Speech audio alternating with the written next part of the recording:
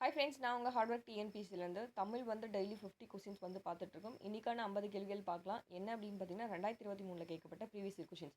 இன்னும் 1 ஆர் 2 வீடியோஸில் வந்து 2023 என்னென்ன ப்ரீவியஸ் இயர் கொஷின் கேட்டாங்களோ அது எல்லாமே ஓரளவுக்கு முடிஞ்சிடும். ஓகேவா? ஜிகே வந்து போட்டுட்ருக்கேன். பார்க்காதவங்க பிளேலிஸ்ட்டில் இருக்கும், செக் பண்ணி பார்த்துக்கோங்க. சரி, வாங்க பார்க்கலாம். ஃபர்ஸ்ட் கொஷின், 10லேருந்து வினாவிற்கான சரியான விடையை தேர்ந்தெடுக்க சொல்லியிருக்காங்க. பருப்பொருட்கள் சிதறும்படியாக பல ஊழிக்காலங்கள் கடந்து சென்றன. புவி உருவான போது நெருப்பு பந்து போல விளங்கிய ஊழிக்காலம் தோன்றியது. பின்னர் புவி குளிரும்படியாக தொடர்ந்து மழை பொழிந்த ஊழிக்காலம் கடந்தது. அவ்வாறு தொடர்ந்து பெய்த மழையால் புவி வெள்ளத்தில் மூழ்கியது. இப்படி மீண்டும் மீண்டும் சிறப்பாகிய ஆற்றல் மிகுந்து செறிந்து திரண்டு இப்படியாக வெள்ளத்தில் மூழ்குதல் நடந்த இந்த பெரிய உலகத்தில் பல உயிர்கள் வாழ்வதற்கு ஏற்ற சூழ்நிலையாகிய உள்ளீடு தோன்றியது. உயிர்கள் தோன்றி நிலம் பெறும்படியாக இப்பெரிய புவியில் ஊழிக்காலம் கடந்தது அப்படின்றாங்க. அடுக்கு தொடர். ஃபர்ஸ்ட் கொஷின், அடுக்கு தொடர் என்ன அப்படின்னு கேட்குறாங்க. அடுக்கு தொடர் என்ன? 2 வார்த்தைகள் மட்டும்தான் வரும். அடுக்கு தொடர் 2 வார்த்தைகள் மட்டும் வரும். பிரிச்சா வந்து பொருள் தராது. இதை தான் என்ன சொல்லுவாங்க அப்படின்னா, பிரிச்சா பொருள் தரும்பா. 2 அல்லது அதற்கு மேற்பட்ட வார்த்தைகள் வந்து வரும். சரியா? பிரித்தால் என்ன பண்ணும்? பொருள் தரும். இப்போ மீண்டும் அப்படின்னு சொன்னால் அதுக்கு வந்து பொருள் இருக்குது. சரியா? பிரித்தா பொருள் தரும் அப்படின்னு சொல்லுவாங்க. அதை தான் என்ன சொல்லுவாங்க? அடுக்கு தொடர்.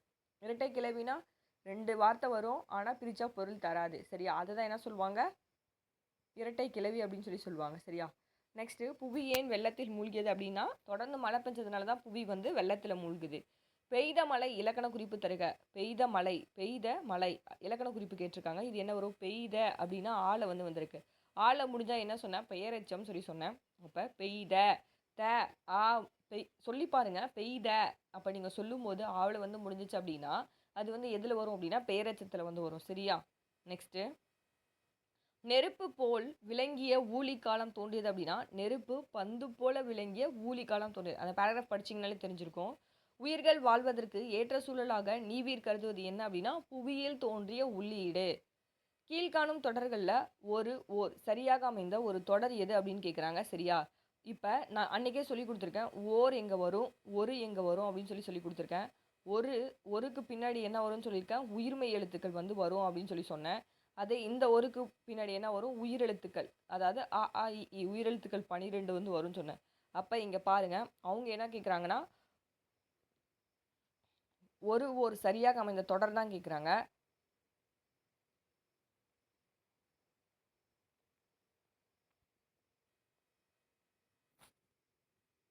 அப்போ ஒருக்கு பின்னாடி என்ன வந்திருக்கு பாருங்கள்? உயிர்மெய் எழுத்து வந்து வந்திருக்கு. அப்போ இதுதான் வரும். சரியா? அப்போ எந்த ஒரு வரும்? ஆப்ஷன் சி தான் வரும். நெக்ஸ்ட் இங்கே பாருங்கள், ஓர் என்னும் சொற்களின் சரியாக அமைந்த தொடரை வந்து தேர்ந்தெடுக்க சொல்லியிருக்காங்க. நான் என்ன சொன்னேன்? ஓர் அப்படின்னு பார்த்தீங்கன்னா உயிரெழுத்துக்கள் 12 வரும். அப்படின்னு பார்த்தீங்கன்னா உயிர்மெய் எழுத்துக்கள் வந்து வரும்னு சொன்னேன். ஓகேவா? இப்போ பாருங்கள், இங்கே பாருங்கள், ஓர் உயிரெழுத்துக்கள் வந்திருக்கா? ஓகேவா? இது என்னது? உயிர்மெய் எழுத்துக்கள் வந்திருக்கா? சரியா? அப்போ கரெக்டாக வந்திருக்கா? இதை தான் சொல்கிறாங்க. ஓருக்கு பின்னாடி 12 உயிரெழுத்துக்கள் வந்துச்சு. அ ஆ இ ஈ உ அதுதான். அது வந்துச்சு அப்படின்னா அதுக்கு முன்னாடி என்ன வரும்? ஓருன்னு வரும். அதே இந்த உயிர்மெய் எழுத்து தான் என்ன சொல்லுவாங்க? காக்கா கீ கீ கூ அது பாப்பா பீபி அந்த மாதிரி வந்துச்சு அப்படின்னா அதுக்கு முன்னாடி வந்து வரும்னு சொன்னாங்க. இதுதான் நமக்கு ரூல்ஸு. இப்போ உங்களுக்கு புரிஞ்சிருக்குன்னு நினைக்கிறேன். ஓர் வந்து டிஃப்ரென்ஸு. மற்றதெல்லாம் பார்த்தீங்க அப்படின்னு பார்த்தீங்கன்னா இங்கே பாருங்கள், இங்கே என்ன கொடுத்துருக்காங்க? உயிரெழுத்து கொடுத்துருக்காங்க. இது ரைட்டு. ஆனால் இங்கே என்ன கொடுத்துருக்காங்க? தப்பாக கொடுத்துருக்காங்க. சரியா? உயிர்மெய் எழுத்து கொடுத்துருக்காங்க. இங்கே பாருங்கள், இங்கே மெய்யெழுத்துக்கு பதிலாக உயிர்மெய் எழுத்துக்கு பதிலாக இங்கே வந்து உயிரெழுத்து கொடுத்துருக்காங்க. இந்த மாதிரி தான் நீங்கள் பார்த்து ஆப்ஷன் வச்சு நீங்கள் ரிஜெக்ட் பண்ணி போடணும். சரியா? அடுத்தது, சரியான வகையில் அமைந்த தொடர். இந்த ஒரு தெரிஞ்சுக்கிட்டீங்க அப்படின்னா இதில் 3 கொஷின்ஸ் வந்து இப்போ வந்துருச்சு. இங்கே பாருங்கள், இங்கே என்ன இருக்குது? இந்த அப்படின்னா நமக்கு என்ன ரூலு? உயிர்மெய் எழுத்துக்கள் வந்து வருமா? உயிரெழுத்துக்கள் 12 வந்து வருமா? இந்த ஒருனா தான் என்ன வரும்? உயிர்மெய் எழுத்துக்கள் வந்து வரும். சரியா? உயிர்மெய் எழுத்துக்கள் வரும். இப்போ ரூல்ஸை பாருங்கள். அப்போ ஓருக்கு பின்னாடி வந்திருக்கு. அப்போ இது என்னது? உயிர்மெய் எழுத்துக்கள் வந்து வந்திருக்கு. ரைட்டு. இந்த ஓருக்கு பின்னாடி ஏன்றது என்னது? உயிர்மெய் எழுத்து. அப்போ கரெக்டாக வந்திருக்கா? இப்போ ஆன்சர் என்ன வரும்? ஆப்ஷன் பி வந்து வரும். ஓகேவா? அடுத்தது பொறுத்துக்க. வித்து அப்படின்னா விதை, ஈன அப்படின்னா பிற, வெண்சொல் அப்படின்னு பார்த்தீங்கன்னா கடுஞ்சொல், கலை அப்படின்னு பார்த்தீங்கன்னா வேண்டாத செடி. ஆப்ஷன் வந்து ஏ வந்து வரும். சரியா? இன்னைக்கு ஓர் கற்றுக்கிட்டீங்க, கற்றுக்கிட்டீங்க. ஓர் அப்படின்னு பார்த்தீங்கன்னா உயிரெழுத்துக்கள் 12 வரும். அப்படின்னு பார்த்தீங்கன்னா என்ன வரும்? உயிர்மெய் எழுத்துக்கள் வந்து வரும். சரியா? முகில் அப்படின்னு பார்த்தீங்கன்னா என்ன? முகில் அப்படின்னா மேகம். சேகரம் அப்படின்னு பார்த்தீங்கன்னா கூட்டம். காலன் யமன். கிடிக்கலங்கினா மிக வருந்தின்னு வரும். வங்கம் அப்படின்னா கப்பல். நீகான் அப்படின்னா நாவை ஒட்டுபவன். எல் பகல். உரு அப்படின்னு பார்த்தீங்கன்னா அழகுன்னு வரும். நெக்ஸ்ட் ஒருமை பன்மை பிழையற்ற தொடர்கள் அப்படின்னு பார்த்தீங்கன்னா ஆப்ஷன் ஏ மேகங்கள் சூழ்ந்து கொண்டன. ஓகேவா? மேகங்கள் என்ன பண்ணும்? சூழ்ந்து கொண்டன. ஒருமை பன்மை பிழை நீக்குக. இது பழம் அன்று. நான் வந்து ஒருமை பன்மைக்கு வீடியோஸ் வந்து போட்டிருக்கேன். பார்க்காதவங்க பிளேலிஸ்ட்டில் இருக்கும், செக் பண்ணி பார்த்துக்கோங்க. இதுன்னு வந்துச்சு அப்படின்னா அது, இங்கே இதுன்னு வந்துச்சுன்னா அது எதில் முடியும் அப்படின்னு பார்த்தீங்கன்னா அன்றில் முடியும் அப்படின்னு சொல்லி படிச்சிருப்பீங்க. சரியா? இது, இஃது, அது அந்த மாதிரிலாம் வந்துச்சு அப்படின்னா எதில் முடியும்னா அன்றில் முடியும். ஓகேவா? இவை வந்திருக்கா, அப்போ தப்பு. இங்கே இதுன்னு வந்தால் தான் அன்றில் முடியும். அப்போ இதுன்னு வந்தால் இங்கே என்ன ஒன்றும் முடியல, அன்றில் முடியும். அப்போ இதுவும் வராது. இங்கே இவை பழங்கள் அன்றுன்னு போட்டிருக்கு, அப்போ இதுவும் வராது. இங்கே இது இல்லை அது வந்தால் மட்டும்தான் இங்கே என்ன முடியும்? அன்றில் முடியும். அப்போ இது வந்துச்சுன்னா எதில் முடியும்? அன்றில் முடியும். சரியா? ஒரு ரூல்ஸ் இருக்குப்பா, இதுக்கு நிறைய ரூல்ஸ் இருக்குது. இதில் முடிஞ்சால் அது வந்து எதில் முடியும் அப்படின்னா அன்றில் தான் முடியும். அவன் வந்தால் அல்லன், அவள் வந்தால் அல்லல், அவர்னா அல்லர். ஓகேவா? அதே நாம் அல்லோம், நீவீர் அல்லீர். அதே இந்த மாதிரி நிறைய ரூல்ஸ் இருக்குது. வீடியோஸ் பார்த்துட்டு வந்தீங்கன்னா தான் புரியும். இது சும்மா நான் ஓரளவுக்கு சொல்கிறேன். அப்போ இதுன்னு வந்தால் எதில் முடியணும் அப்படின்னா அன்றில் வந்து முடியணும். சரியா? ஒருமை பன்மை பிழையற்ற தொடர். ஓகேவா? கதிரவன் காலையில் உதித்தது. கதிரவன் காலையில் உதித்தது அப்படின்னு சொல்லி சொல்கிறாங்க. சரியான தொடரை தேர்ந்தெடுக்க சொல்லியிருக்காங்க. பணம் காணாமல் போனது. ஓகேவா? பணம் காணாமல் போனது. அப்போ என்னது? செயபாட்டு வினைத்தொடர். செயபாட்டு வினைத்தொடர்னா என்ன சொல்லியிருக்கேன்? படு பட்டத்தில் முடியும், இல்லை பெரு பட்டத்தில் முடியும் அப்படின்னு சொல்லி சொன்னேன். அதுக்கப்புறம் ஆள் அப்படின்னு சொல்லி ஒரு வேற்றுமை உருவும் மறைஞ்சிருக்கும் சொன்னேன். அப்போ பணம் காணாமல் போனது, ஆள் வந்திருக்கா, காணாமல். அப்படி தெரில அப்படின்னா ஆப்ஷன் வச்சு ரிஜெக்ட் பண்ணுங்கள். செய்வினைன்னு என்ன? ஒருத்தவங்க அவங்க செய்வினைன்னு என்ன அப்படின்னு பார்த்தீங்கன்னா ஐயில் முடிஞ்சோம். பணம் காணாமை அப்படி வந்திருக்கா, வரல, அப்போ தப்பு. அது தன்வினை தொடர்னா ஒருத்தவங்க அவங்களே அவங்க வேலையை செஞ்சாங்கன்னா அப்படின்னா அது வந்து தன்வினை சொல்லுவாங்க. இப்போ புரட்சி கொடி திருக்குறள் கற்றால் அப்படின்னா அது வந்து ரைட்டு. இங்கே வந்து என்ன இருக்குது? பணம் காணாமல் போனதுன்ட்டு இருக்குது. அது வந்து இயல்பு. ஓகேவா? அப்போ இதுவும் வராது. எதிர்மறையாக இருக்கா? இது எதிர்மறையாகவும் இல்லை. அப்போ ஆப்ஷன் பி செயபாட்டு வினை தொடர் தான் வரும். இப்போ செய்வினை தன்வினை எதிர்மறை தெரிஞ்சிச்சு அப்படின்னா இல்லை செயபாட்டு வினை வந்து ஈஸியாக போடலாம். அப்படி செயபாட்டு வினை கண்டுபிடிக்க கஷ்டமாக இருக்குது அப்படின்னா ஆப்ஷன்ல இருந்து போங்க, ஆப்ஷன் ரிஜெக்ட் பண்ணி செயபாட்டு வினை வந்து போடுங்க. சரியா? அடுத்தது எண்ணே இமயமலையின் உயரம். இது எவ்வகை தொடர் அப்படின்னு பார்த்தீங்கன்னா உணர்ச்சி தொடர். ஓகேவா? இது போட்டுருவீங்க. உணர்ச்சி தொடர். வைக்கோல் அப்படின்னு பார்த்தீங்கன்னா போர். வைக்கோல்னா போர் வந்து வரும். யானை கூட்டம் சொல்லி சொல்லுவாங்க, கூட்டுப்பெயர். யானை கூட்டம் அப்படின்றாங்க. சொற்களின் கூட்டுப்பெயர்களை பின் வருவனவற்றுள் மக்கள் எனும் சொல்லோடு பொருந்தாத கூட்டுப்பெயர் அப்படின்னா மந்தை. ஓகேவா? தொகுதி, மன்றம், கூட்டம் எல்லாமே வரும். இது வந்து ஆட்டு மந்தை அப்படின்னு சொல்லி சொல்லுவாங்க. சரியா? அப்போ இது மட்டும் வராது. இதுவும் ஆப்ஷன் வச்சு ரிஜெக்ட் பண்ணி தான் போடணும், பொருந்தாதது. மாடங்கள் அப்படின்னு பார்த்தீங்கன்னா மாளிகையின் அடுக்குகள் அப்படின்னு சொல்லி சொல்லுவாங்க. பொருத்தமான பொருளை தேர்வு செய்ய சொல்லியிருக்காங்க. ஓகேவா? புலியின் இளம் பெயர் என்ன அப்படின்னு பார்த்தீங்கன்னா பரல். புலியின் இதுக்கு ஒளிமரபு வினைமரபுலாம் படித்தாதான் இது வந்து போட முடியும். புலியோட இளமை பெயர் அப்படின்னா பரல் வந்து வரும். சரியா? புலியோட இளமை பெயர் பரல். உப்பிட்டவரை உள்ளவும் நினை. பழமொழி கூறும் பொருள் என்ன அப்படின்னு பார்த்தீங்கன்னா நன்றி மறவாமை. உப்பிட்டவருக்கு உள்ளளவும் நினை. பழமொழி கூறும் பொருள் என்ன அப்படின்னு கேட்டாங்கன்னா அது வந்து ஆப்ஷன் பி நன்றி மறவாமை. நிறுத்தற்குறிகள் சரியாக அமைக்கப்பட்ட தொடரை கண்டுபிடிக்க சொல்லியிருக்காங்க. அப்போ ஆப்ஷன் ஏ வந்து வரும். இருதினை, உயர்தினை, அக்ரிணை. சரியா? இருதினைன்னு என்ன சொல்லுவோம்? உயர்தினை, அக்ரிணை. அப்போ உயர்தினை கமா அக்ரிணைன்னு வருமா? அப்புறம் ஃபுல் ஸ்டாப். நெக்ஸ்ட் நிறுத்தற்குறியீடு. ஒரு விரலை காட்டி சிறியதா பெரியதா என்று கேட்டல். சரியா? அப்போ இதை நம்ம கரெக்டாக எழுதணும் அப்படின்னா ஒரு விரலை கமா காட்டி அது வந்து சிறியதோ இல்லை பெரியதோ அப்படின்ட்டு கேட்குறாங்க. சரியா? அப்போ ஆன்சர் வந்து ஆப்ஷன் பி வந்து வரும். நிறுத்தற்குறிகளை இட்ட சொல்லியிருக்காங்க. என்னப்பா என்று கேட்டேன் நான், என்னப்பா என்று கேட்டேன் நான். அப்போ பாருங்க எப்படி எழுதியிருக்காங்கன்னு. Option B. ஓகேவா? சரியான இணையை கண்டுபிடிக்க சொல்லியிருக்காங்க. திருவண்ணாமலை திருவானை தப்பு, நாகர்கோயில் நாகை தப்பு, புதுக்கோட்டை புதுவைங்குட்டுறாங்க தப்பு, கோயம்புத்தூர் அப்படின்னு பார்த்தீங்கன்னா கோவை. நல்லா தெரியும், கோயம்புத்தூர்னா கோவை தான் வரும். அப்போ சரியான இணை என்ன அப்படின்னா ஆப்ஷன் டி வந்து வரும். அதே மாதிரி பொருத்தமான இணை அப்படின்னு பார்த்தீங்கன்னா வங்கூல் அப்படின்னு பார்த்தீங்கன்னா காற்று. ஓகேவா? எல் அப்படின்னு பார்த்தீங்கன்னா பகல் வரும். வங்கம் அப்படின்னா கப்பல், கோல் அப்படின்னா பிளக்க. அப்போ சரியான இணை என்ன அப்படின்னா வங்கூல் அப்படின்னா காற்று. இதுதான் வந்து சரியாக கொடுத்துருக்காங்க. உதக மண்டலத்தோட மருவு அப்படின்னு பார்த்தீங்கன்னா எப்படி வரும்? உதகை அப்படின்னு சொல்லி வரும். சரியா? நெக்ஸ்ட்டு பிறமொழி சொல்லிருக்கு இணையான தமிழ் சொற்களை கண்டுபிடிக்க சொல்லியிருக்காங்க. சாவி அப்படின்னா என்ன சொல்லுவோம்? திறவுகோல். சாவி இருந்தால் தானே நம்ம என்ன பண்ண முடியும்? பூட்டை வந்து திறக்க முடியும். சரியா? அப்போ பிறமொழி சொல்லுக்கு இணையான தமிழ் சொல் கண்டுபிடிக்க சொல்லியிருக்காங்க. போலீஸ் ஸ்டேஷன் அப்படின்னு கொடுத்துருக்காங்க, இது ஈஸியாக போட்டுடலாம். காவல் நிலையம் அப்படின்னு வரும். பிறமொழி சொற்களுக்கு இணையான தமிழ் சொல் பாருங்க. கப்பித்தான் அப்படின்னு பார்த்தீங்கன்னா ஸ்கூல் புக்கில் படிச்சிருப்பீங்க, 7th வரும். தலைமை மாலுமி. கப்பித்தான்னா என்ன வரும்? தலைமை மாலுமி.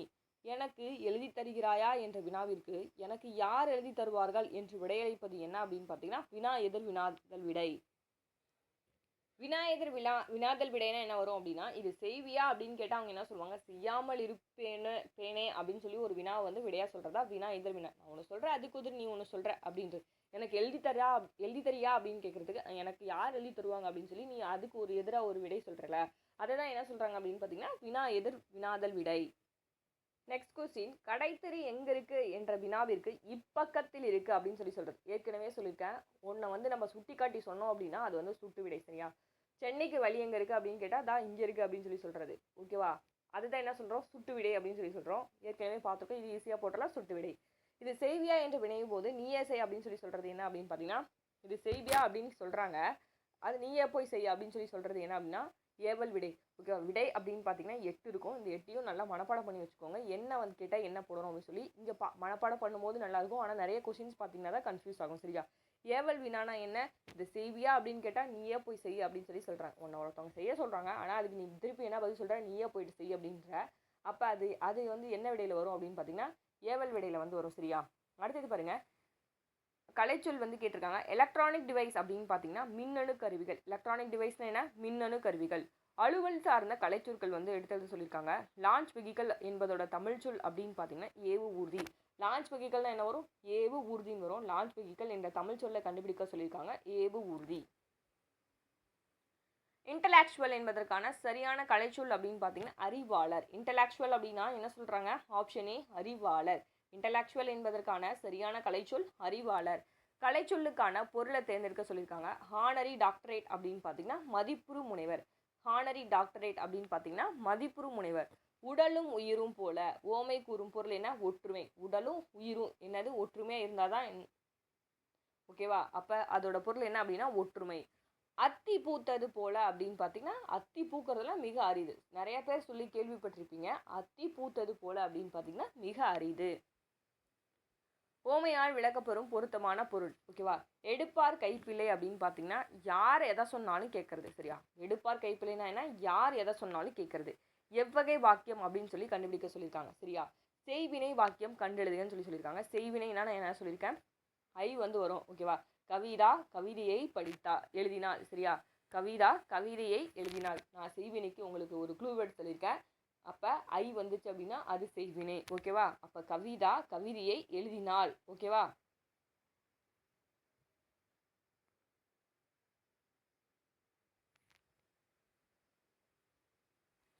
அது மட்டும் இல்லாமல் கன்ஃபியூஸாக இருந்துச்சு அப்படின்னா எழுவாய் செய்யும் வினை அமைந்த தொடர் தான் என்ன சொல்லுவாங்க அப்படின்னா செய்வினை தொடர் அப்படின்னு சொல்லி சொல்லுவாங்க. ஓகேவா?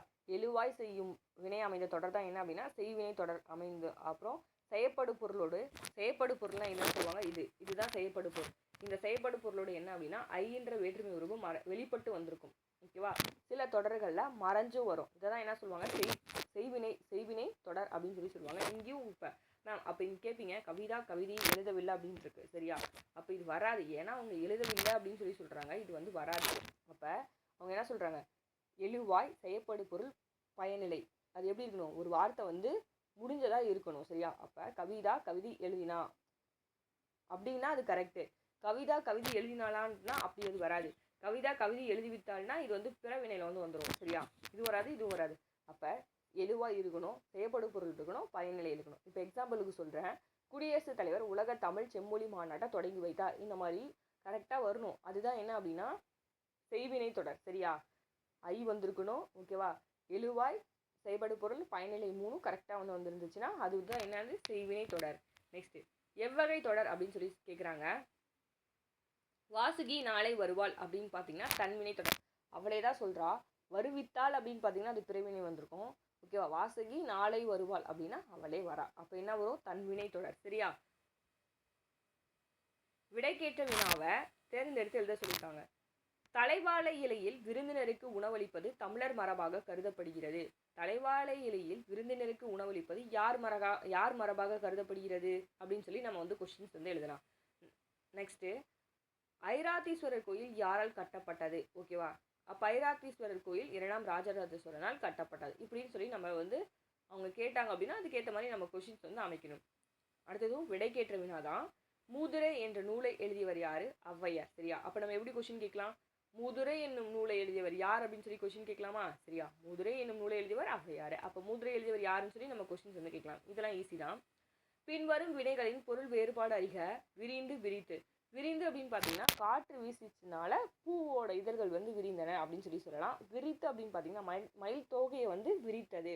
படித்து பார்த்து ஆன்சர் வந்து போட்டலாம்.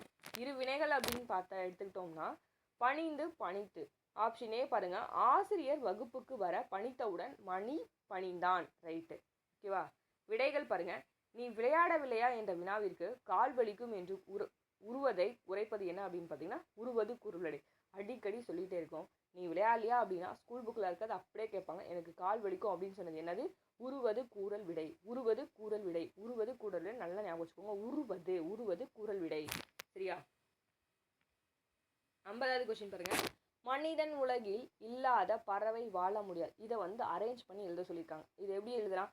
பறவை இல்லாத உலகில் மனிதன் வாழ முடியாது. யாரு? டாக்டர் சலீம் அலி அவர்கள் வந்து சொல்லியிருப்பாங்க. த சிட்டுக்குருவியின் வீச்சு ஸ்பேலாக் ஸ்பேரோ அப்படின்னு சொல்லி பேர் வச்சிருப்பாரு. சரியா? இன்னைக்கான 50 கேள்விகள் பார்த்தோம். ரொம்பவே யூஸ்ஃபுல்லாக இருக்கும்.